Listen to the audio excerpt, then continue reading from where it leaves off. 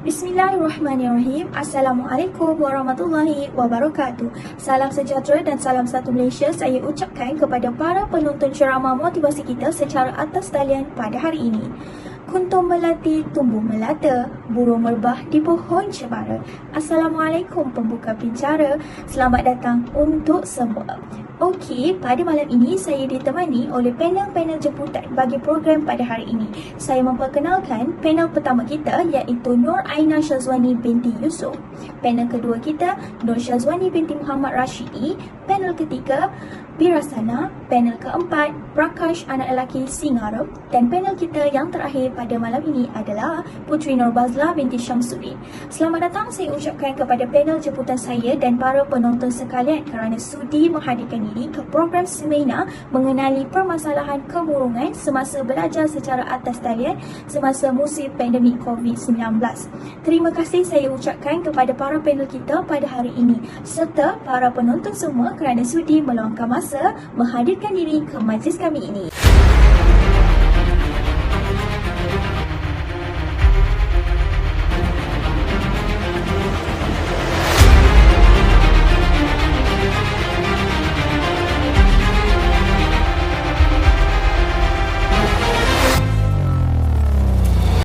Okey, itu dia persembahan montaj yang cukup menarik yang telah sama-sama kita saksikan sebentar tadi. Okey, di mana dalam video tersebut secara rasminya telah membuka pentas webinar kita pada hari ini yang mana berfokus kepada masalah kemurungan para pelajar belajar secara atas talian semenjak negara kita dilanda wabak penyakit COVID-19 ini. Seperti yang kita sedia maklum, wabak penyakit COVID-19 ini telah menular di seluruh dunia semenjak tahun 2019 sehingga kini. Tanpa melengahkan masa, saya akan menerangkan sedikit berkenaan dengan topik kita pada hari ini di mana pembelajaran norma baharu yang mana memberi kesan kepada negara kita malah di seluruh dunia.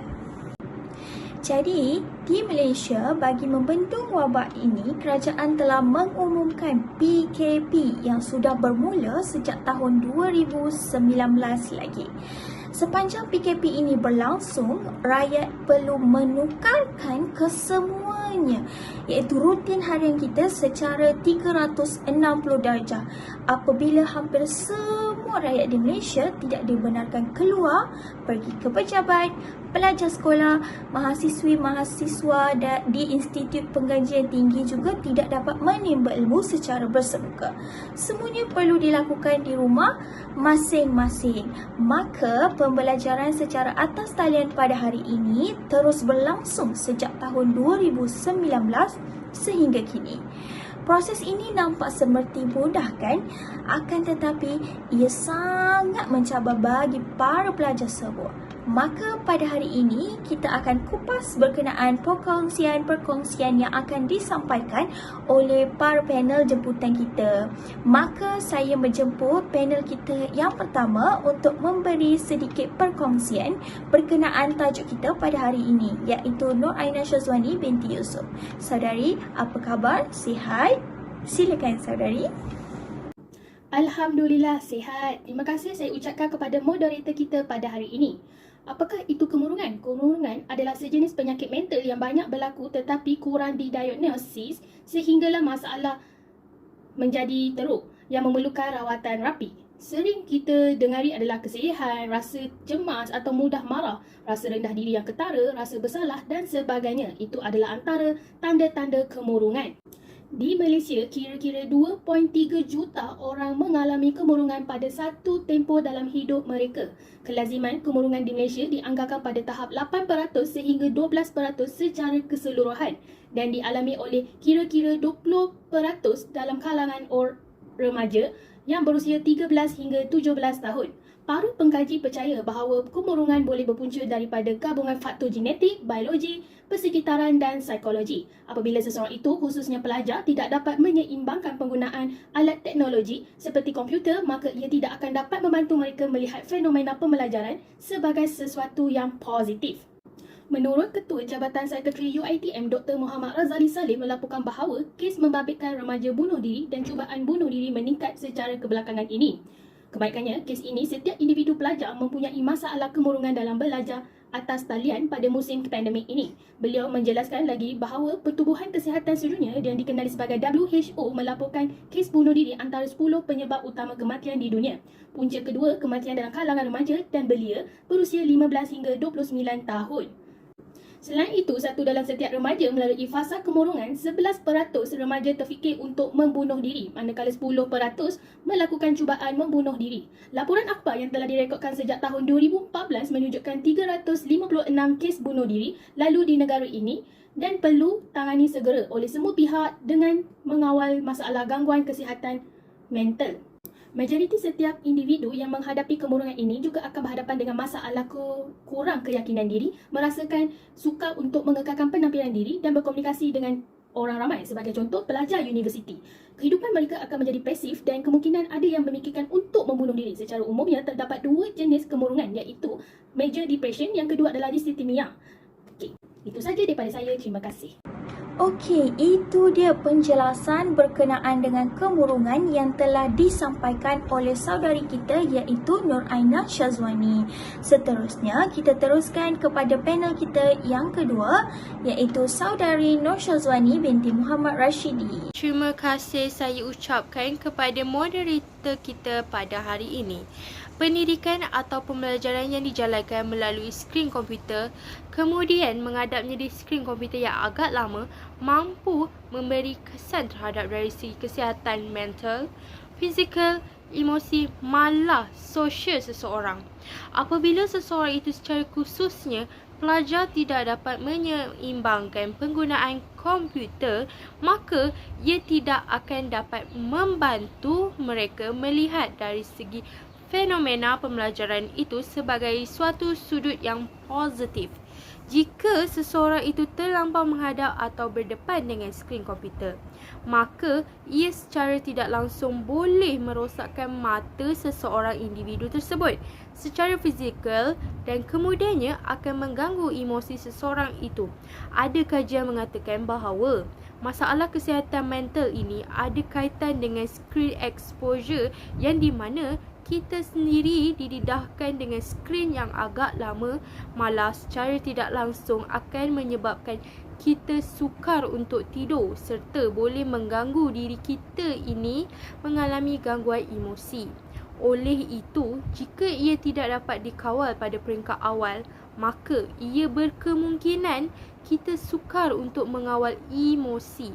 Oleh hal yang demikian, terdapat beberapa isu yang berlaku bahawa pelajar IPT iaitu pelajar institusi pengajian tinggi mendedahkan bahawa berlakunya masalah kemurungan dan tekanan emosi di dalam kalangan mahasiswa dan mahasiswi sepanjang mengikuti pembelajaran secara di dalam talian. Ini dibuktikan iaitu menerusi peningkatan aduan yang berhubung masalah tersebut sepanjang pandemik COVID-19 yang melanda di negara kita sendiri. Terima kasih saya ucapkan ke atas perkongsian dari saudari Syazwani. Seterusnya, kita teruskan kepada panel ketiga kita iaitu saudari Pirasana P.O. Subramania. Antara cabaran belajar mengenali permasalahan kemurungan secara belajar di atas talian sepanjang musim COVID-19 adalah persekitaran pembelajaran kurang kondusif. Jadi, ini menyebabkan kesukaran kepada pelajar untuk memberikan tumpuan semasa sesi pembelajaran dijalankan. Malah, terdapat segelintir ibu bapa yang mengambil sikap acuh tak acuh dengan memberikan tugasan rumah tak kala proses pembelajaran sedang berlangsung. Selain itu, tidak semua warga pendidik di Malaysia mempunyai kepakaran menggunakan teknologi dalam bidang pembelajaran. Dan ini sememangnya memberi impak yang besar terhadap sesuatu proses pembelajaran. Namun begitu, kesungguhan yang ditunjukkan wajar dipujui memandangkan mereka tetap berusaha memberikan yang terbaik walaupun mengambil masa sedikit lama untuk mempelajari sesuatu aplikasi digital. Di samping itu, sikap pelajar yang kurang berdisiplin seperti bergurau senda dan bermain-main turut merumitkan usaha-usaha pembelajaran. Jika dahulu warga pendidik dapat menegur sikap yang tidak diingini di dalam kelas, pembelajaran secara atas talian telah menindakkan perkara tersebut. Jadi hal ini akan menyebabkan proses pembelajaran terganggu dan tidak dapat disampaikan dengan sempurna. Sekian daripada saya. Terima kasih atas perkongsian yang menarik dari saudari Pirasana. Seterusnya, kita teruskan kepada panel kita yang keempat, iaitu saudari Prakash, anak lelaki Singara. Selamat sejahtera, nama saya Prakash. Hari ini saya mengenali permasalahan kemurangan sejarah pelajar di atas talian sepanjang musim COVID-19. Sejarah pribadi saya melihat KPM sudah melaksanakan pelbagai inisiatif antaranya pembelajaran dalam talian bagi meletakkan sistem pendidikan negara sedang di negara maju. Ini diterjemahkan dalam Plan Pembangunan Pendidikan Malaysia 2013 hingga 2025 dengan menjadikan kesemarataan akses kepada pendidikan berkualiti bertaraf antara maksud serta memaafkan teknologi komunikasi dan maklumat ICT bagi meningkatkan kualiti pembelajaran di Malaysia. Namun plan ini perlu diperkukuhkan dengan mewujudkan satu dasar pembelajaran dalam talian yang jelas bagi memastikan setiap pihak memainkan peranan masing-masing untuk memastikan maklumat ini tercapai. KPM juga sudah mengambil pelbagai langkah bagi memastikan kemudahan di sekolah dipertinggalkan dari semasa ke semasa, namun masih ada rungkutan guru mengenai masalah pencapaian internet. Oleh itu, bagi memastikan pembelajaran dalam talian berjalan lancar, Kementerian perlu mengenal pasti pembekal perkhidmatan yang benar-benar berwibawa untuk menyediakan kemudahan terbabit di seluruh negara. KPM juga sudah beralih kepada pelantar pembelajaran digital yang baru bagi menggantikan persekitaran pembelajaran Maya Frog berkuat kuasa Julai 2019. Pelantar baru membolehkan guru mengakses Google Classroom, Microsoft Teams, aplikasi latihan dalam talian serta YouTube web TV. Secara fizikal, masalah kemudahan seperti internet dan pemilikan peranti elektronik seperti komputer untuk setiap murid perlu diatasi terlebih dahulu. Namun bagi itu, pembelajaran juga memberikan cabaran yang baru kepada pendidik dan pelajar. Cabaran kepada pendidik adalah untuk menyediakan ruang pembelajaran bagi menjayakan transformasi pengalaman pembelajaran dari persekitaran sebenar kepada persekitaran pembelajaran secara maya. Cabaran kepada pelajar pula, mereka harus lebih berdisiplin dan bersedia untuk belajar secara sendiri. Perlu lebih bertanggungjawab terhadap pengalaman pembelajaran mereka sendiri. Keseluruhannya, murid perlu menghadiri program secara konsisten, beri tumpuan semasa pelajar dan memberi komitmen sepenuhnya. Jika pelajar sendiri tidak komitmen, maka pembelajaran akan gagal meningkatkan kualiti pembelajaran murid itu sendiri. Terima kasih. Terima kasih atas perkongsian saudari Prakash. Seterusnya, kita teruskan kepada panel kita yang terakhir pada hari ini, iaitu dari saudari Putri Nurbazla binti Syamsuddin. Hai, Assalamualaikum. Pandemik COVID-19 memberi impak yang sangat besar kepada individu di seluruh dunia, termasuk di Malaysia. Sesetengah individu berisiko tinggi untuk mengalami masalah kesihatan mental, termasuk kemurungan, terutamanya ketika berada dalam keadaan stres yang melampau. Sekiranya kemurungan ini gagal dibendung atau dirawat dengan segera, ianya boleh mengundang kepada tingkah laku membunuh diri. Berdasarkan sumber PDRM, terdapat peningkatan kes membunuh diri pada tahun 2020 iaitu sebanyak 631 kes berbanding tahun sebelumnya. Masyarakat juga perlu lebih cakna dan prihatin terhadap ahli keluarga dan juga orang sekeliling dalam mengenal pasti simptom-simptom awal kemurungan yang boleh menyumbangkan kepada tingkah laku membunuh diri. Andai kata terdapat gejala-gejala, anda dinasihatkan agar mendapatkan nasihat pakar dalam keadaan yang segera untuk mengelakkan keadaan menjadi lebih buruk. Masyarakat juga boleh membantu dengan berkomunikasi secara berkesan dengan individu yang mengalami masalah kemurungan. Contohnya seperti mengambil serius tentang masalah yang dialami, meluangkan masa untuk mendengar luahan hati mereka dan juga menunjukkan empati dan mengelakkan sikap judgemental terhadap individu tersebut. Selain itu, orang ramai boleh juga hubungi talian bantuan sokongan yang diwujudkan.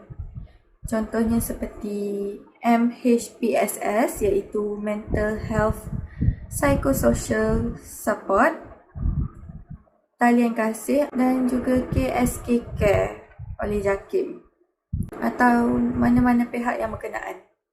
Jadi sama-samalah kita mengatasi masalah kemurungan dalam kalangan pelajar yang belajar secara atas talian ataupun secara online.